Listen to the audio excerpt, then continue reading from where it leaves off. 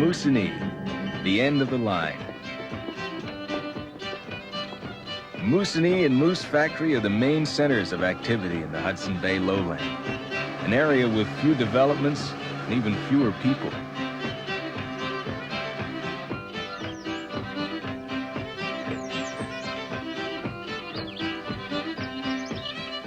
The immensity of this land is only partially appreciated from this vantage point, the gateway to the Arctic. The Moosonee district stretches from the saltwater coastline of Hudson and James Bays to the southernmost reaches of the boreal forest, from the Manitoba to the Quebec border. It covers almost 1/4 of Ontario's landmass. Small Indian communities at Fort Severn, Attawapiskat, Winisk, Fort Albany, and Kashechewan are its only interruptions. A maze of intertwining rivers and lakes are its only thoroughfares.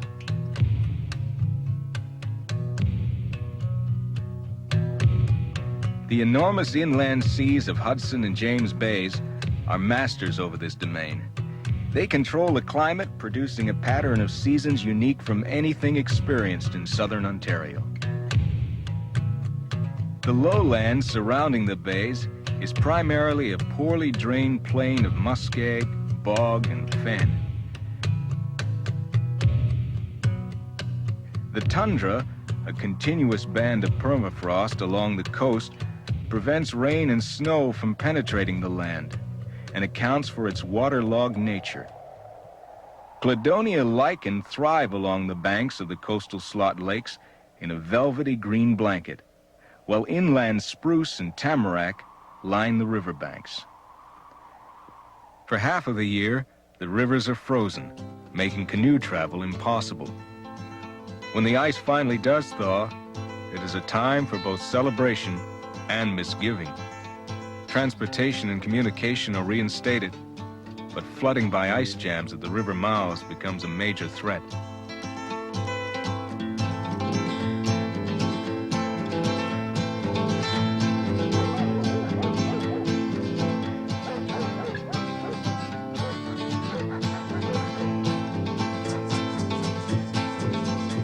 This is an unpredictable land that yields few constants.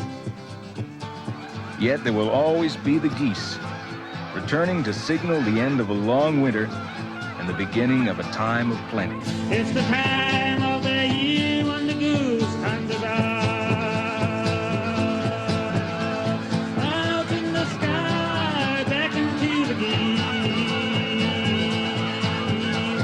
In the land of the wild they fly. To some, this region is nothing more than a barren water desert. But there is a rhythm to life in this land, one most clearly understood by its people.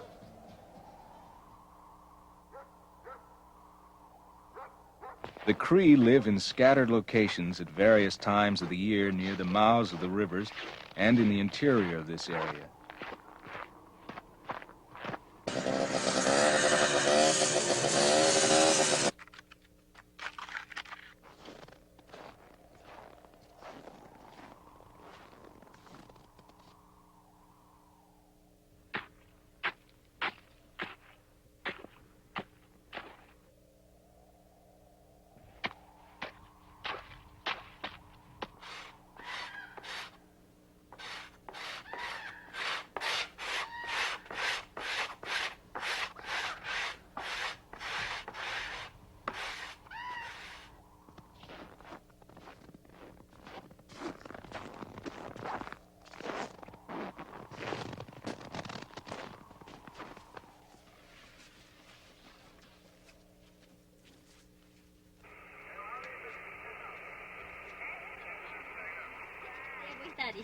It's fucking enjoying it. There we stand. Pada voice. Pada voice. No si pada voice. No stand me eating easy days. Kimuksha waidi. Chili shingadang amijak. Ne, shino te gas. Nashe ju shnoste kasinagnet.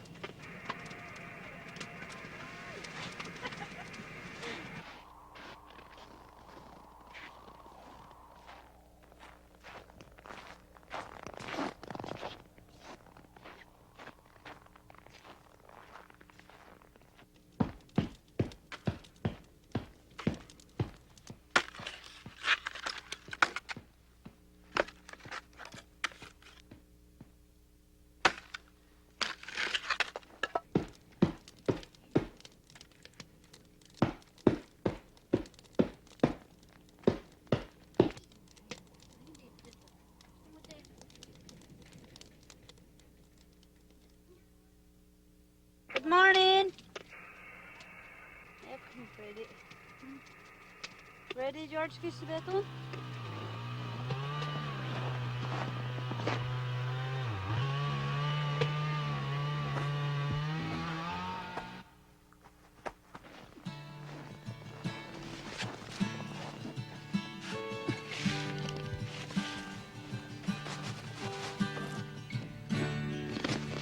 Doctor, she did. Adopted for life, the land is our home. Living a life with freedom to roam. Though days of change may take us away, the land brings us back. It shows us the way.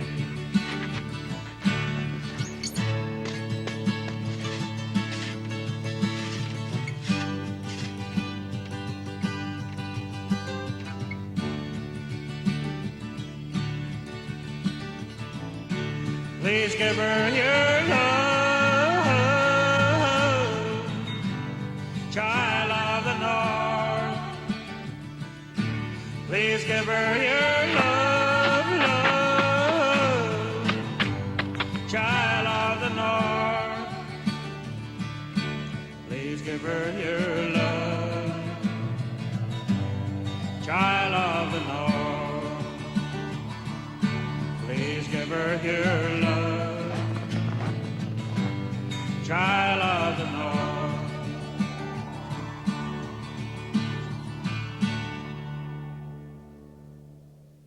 At Shamattawa, Washagami, and at Apinagao rivers, evidence of ancient occupation sites attest to the long Indian presence throughout the area. Winisk, with a population of 170, is the smallest of the communities, and its lifestyle is indicative of the Cree. The hunters, gulls, Coustagans, Wabanos, Sutherlands, birds, and other families have lived at the mouth of the Winisk River for many years and have grown accustomed to the whims of the land. Their houses are surrounded by 8 posts that allow the buildings to rise up with spring floodwaters rather than floating downriver, as has been the case in the past. Their lives are centered on the needs of the community, from the goose hunt to fur trapping and year-round trout fishing. This land is their source of food and income. It is a way of life governed by the bounty of the seasons. Soon the main street of Winisk will be deserted and the houses will be gone. The entire community will move to Pewanik, 18 miles upriver. It's a site higher above sea level and safer from flooding. It's also the place where early ancestors gathered flint for fire.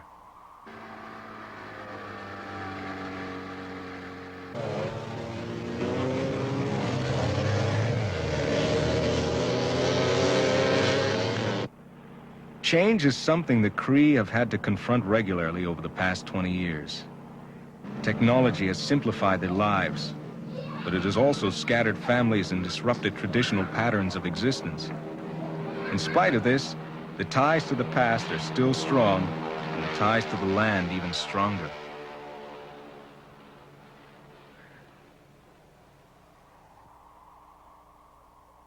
The land Winisk occupies holds much meaning to the Indians, but it is also special for another reason. Winisk is the only community surrounded by Polar Bear Provincial Park, one of the largest parks on Earth and home to the exotic polar bear. Raised beach ridges, a product of the land rebounding from the effects of early glaciation, are the predominant land formation in this area. This land has been set aside by the Ontario government to retain the natural state of the landscape and to protect this site of polar bear denning.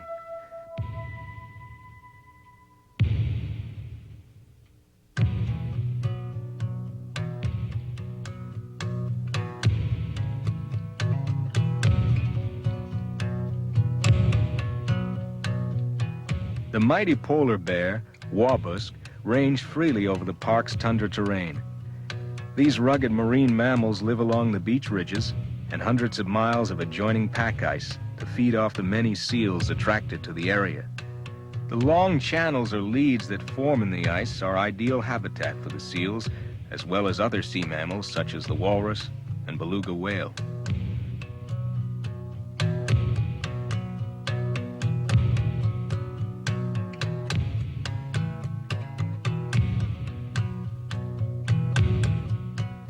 It wasn't until recently that the size and distribution of the polar bear population in Ontario was accurately surveyed.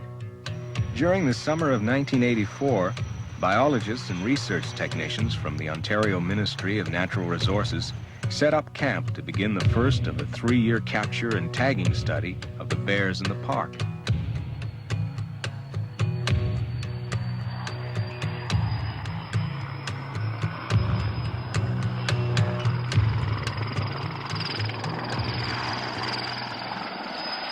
The helicopter pilot makes several passes over the bear beneath them to allow MNR biologist George Kolonowski time to judge its weight and gauge the dosage of a tranquilizing drug that'll be used.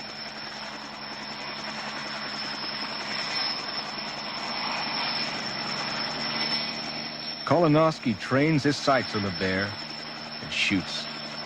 When the helicopter lands, the cautious approach begins. Polar bears have the strength in their forearms to kill a 500-pound or 300-kilogram seal with one deft blow. They can also run up to 30 to 40 kilometers an hour. No chances are taken in this approach. When the bear is fully tranquilized, the dart wounds are cleaned, an antibiotic is applied, and the bear's eyes are lubricated and covered with a damp cloth.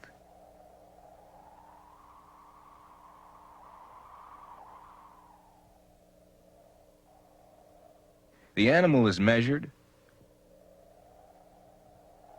blood and tooth samples are taken, its lip is tattooed, and its ear is tagged. An identifying number, which will fade in a year, is painted on its back. A number of females are also fitted with radio collars to determine their travel distances and denning sites. Although live bears have been weighed in the past, this was the largest number, and these were the heaviest bears to be weighed at one time. Males weighed over 1,000 pounds, 600 kilograms. And this was during the summer months, when they're eating little and living off their body fat. Females weighed between 500 to 600 pounds, or 300 to 400 kilograms.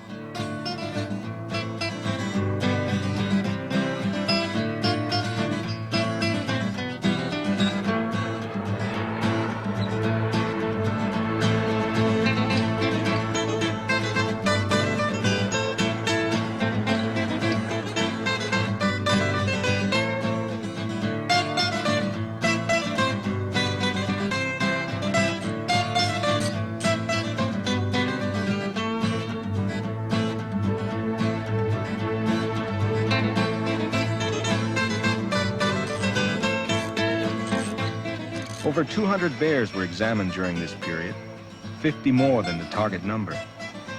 In each instance, the bear was not left until it could raise its head, and in most cases, its location was checked the next day.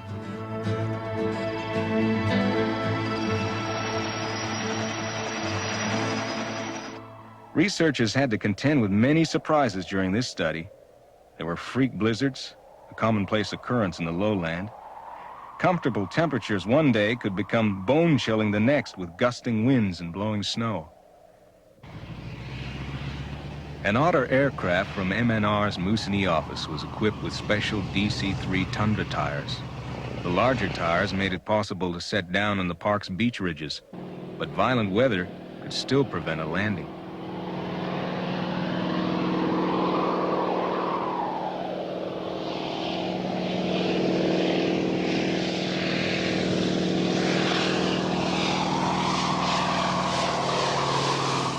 While the researchers waited out such storms, they tabulated results and recorded their observations. They discovered that for every bear they tagged, they sighted 3 or 4 more.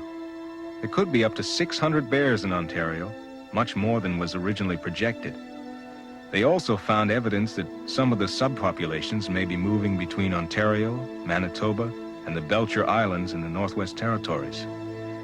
This research has helped to provide a greater understanding of these great beasts and to help better protect them. Even though they live on the crest of civilization, we know little about them and even less about the land they inhabit. The lowland is one of our most precious mysteries. Through brief glimpses and chance encounters, our interest is piqued and our understanding deepened. In a world that is becoming ever more complex, the Northern Ontario frontier remains our sanctuary and our solitude.